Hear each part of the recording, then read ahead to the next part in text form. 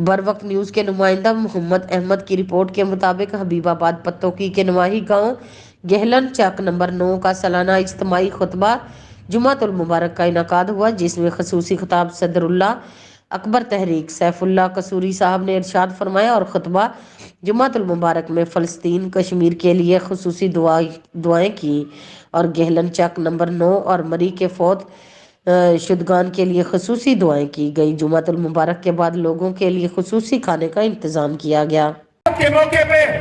सैयदना अबू बकर सिद्दीक रज़ी अल्लाह अन्हु ने फरमाए थे, उन्होंने मजमा-ए आम को खिताब करते हुए क्या कहा था? फरमाया, लोगों अगर मैं सही काम करूं, सही अमल करूं और दुरुस्त चलूं तो तुमने मेरा साथ देना है, और अगर देखो कि मैं किसी टेढ़पन का शिकार हो रहा हूं, गलती का शिकार हो रहा हूं, मेरा कांटा चेंज हो रहा है,